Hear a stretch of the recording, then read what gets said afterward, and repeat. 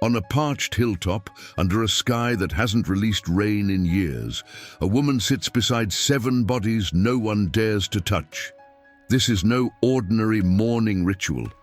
It is a vigil that stretches on for months, day after day, night after night, without shelter, without rest, without anyone daring to interrupt her. Her name appears only twice in the entire Bible, yet what she did on that hill became one of the most gut-wrenching scenes in the Old Testament. Her name was Rizpah, daughter of Aiah, and for months she was the only barrier between her sons' bodies and the birds circling overhead, waiting for their moment. To understand why she was there, we have to go back 3 years, to the start of a disaster no one in David's kingdom could explain at first. Israel had suffered 3 straight seasons without enough rain, granaries were emptying, herds were dying, and hunger was becoming the permanent shadow over every household. David, a firmly established king by now, didn't chalk the famine up to bad luck or weather. He knew that in a kingdom bound by covenant with God, heaven's silence almost always had a cause. So he did what few kings dared to do. He sought a direct answer, asking the Lord what sin weighed on the land he ruled.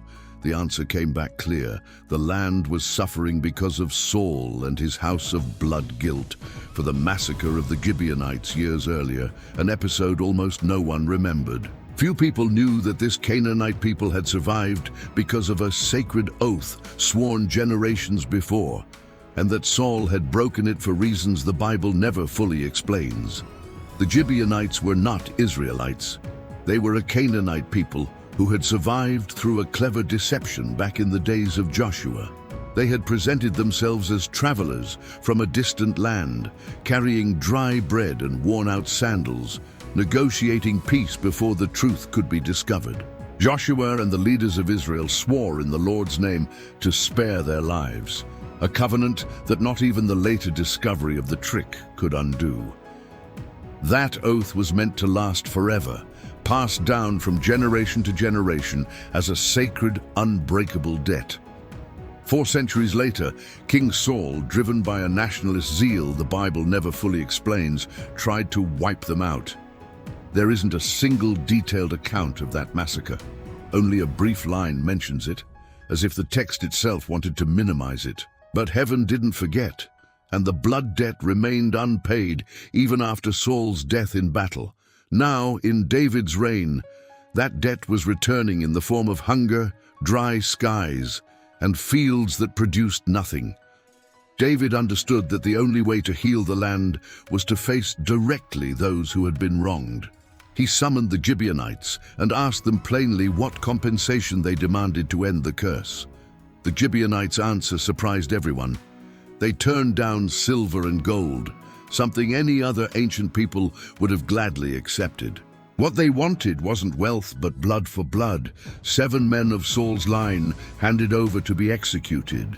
They demanded that the men be exposed before the Lord at Gibeah, Saul's own hometown, as a final, public act of atonement. David, bound by his own oath to Jonathan, Saul's son, chose to protect his friend's only surviving heir, Mephibosheth. But there were other descendants of Saul who weren't covered by any personal oath of David's. 2 of them were Armoni and Mephibosheth, sons Saul had with a concubine named Rizpah, daughter of Aiah. The other 5 were Saul's grandsons, sons of his daughter Merab, handed over as part of the same blood payment. Rizpah had no throne, no army, no political voice. She was a woman whose only power was love for her sons. No one asked her opinion before her sons were handed over.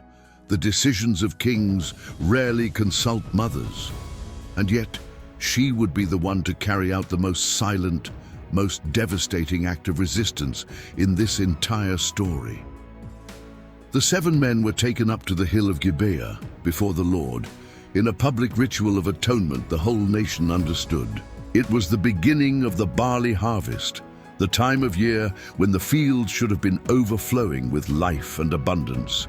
Instead of golden grain, the hilltop filled with wooden stakes and a silence no Israelite wanted to witness up close.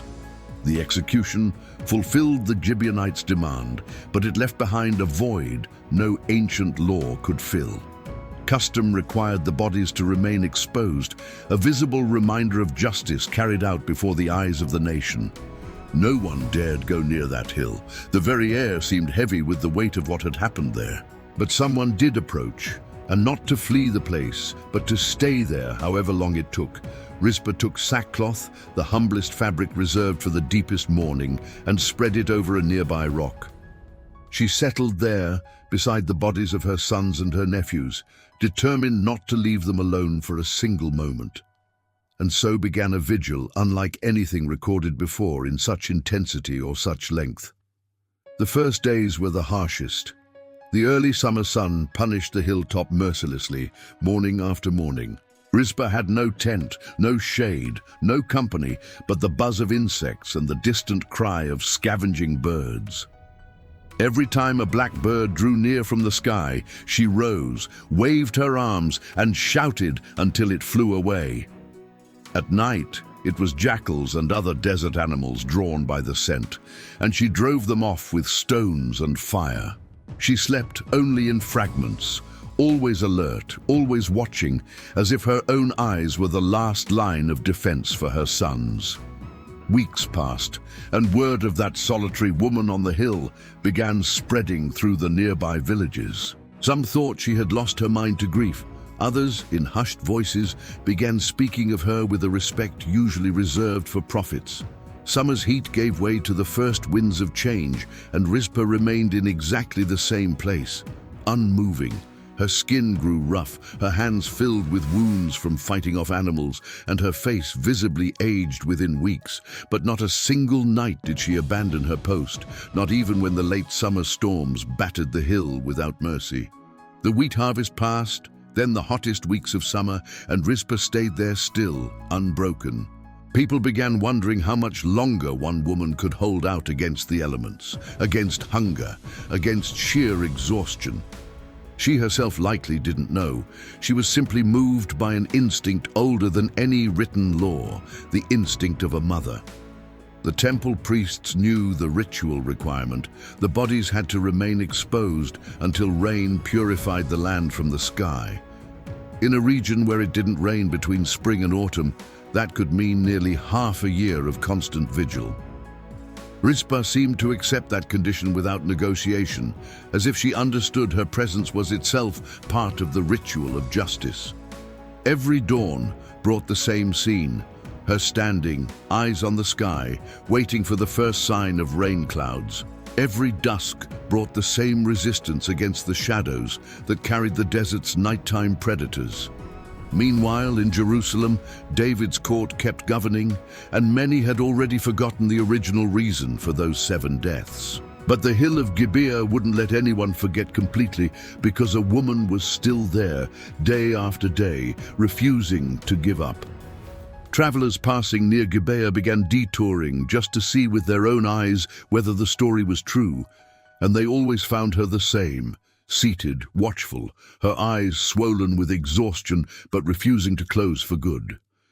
Some silently left her water or bread, as if afraid that speaking might break something sacred.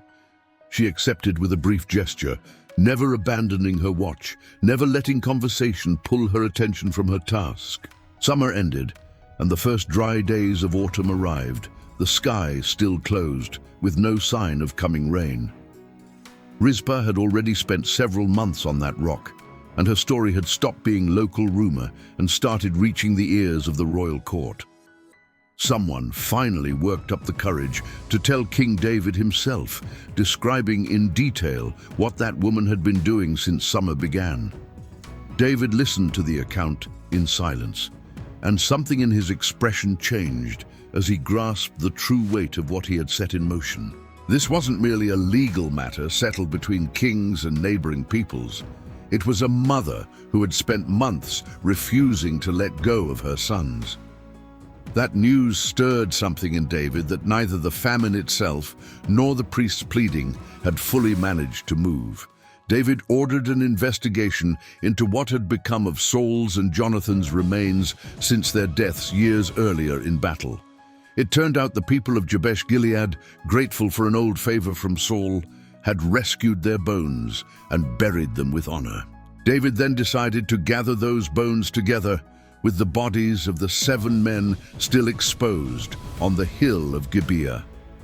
He sent his men to carefully collect what remained of Armoni, Mephibosheth, and the 5 grandsons of Saul, watched over for months by Rizpah. Only then, after all that time, could Rizpah finally step away from the rock where she had lived out her long, silent vigil. We don't know if she wept, if she simply collapsed from exhaustion, or if she watched in silence as her sons were finally carried to a proper resting place. The bones of Saul, Jonathan, and the 7 men were carried together to the land of Benjamin, to the family's territory. There, in the tomb of Kish, Saul's father, all of them were buried with the honors that had been denied them for so long.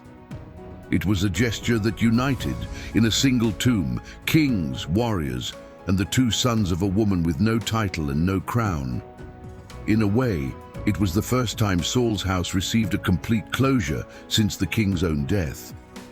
The biblical text then says something brief but powerful. After all this, God was moved by prayer for the land. It doesn't explain the exact mechanism, whether it was the burial, the justice done, or Rizpah's vigil that moved heaven to act.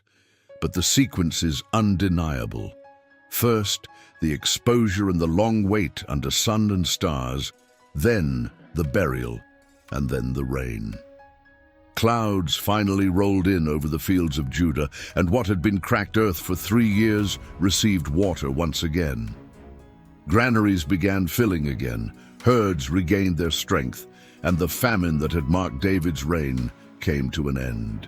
But out of this entire story, what remains most powerfully etched isn't the politics, the covenant, or even the final reign. It's the image of a woman alone on a hill, refusing for months to let contempt finish erasing her sons. Rizpah had no army to defend them, no words to change a sentence that had already been carried out. All she had was her own body, placed as a shield between her sons' deaths and total oblivion. And that act, silent and swordless, ended up moving the king of Israel himself to act where the law alone had not been enough. The Bible gives Rizpah only a handful of verses, far fewer than other figures with seemingly smaller roles in the story. And yet that brief fragment holds one of the most devastating, deeply human images in the entire Old Testament. A mother who turned grief into resistance, and resistance into an act that reached all the way to the most powerful throne in Israel. Today, the hill of Gibeah holds no visible trace of those months of vigil, no stakes, no sackcloth. But every time this story is told, that woman sits down again, unseen, in the memory of whoever hears it. It leaves us with an uncomfortable question. How much of what we call legal justice actually ends up ignoring the human pain left in its wake? And it leaves us with another, quieter certainty. That sometimes the smallest, most persistent act can move something no law ever could.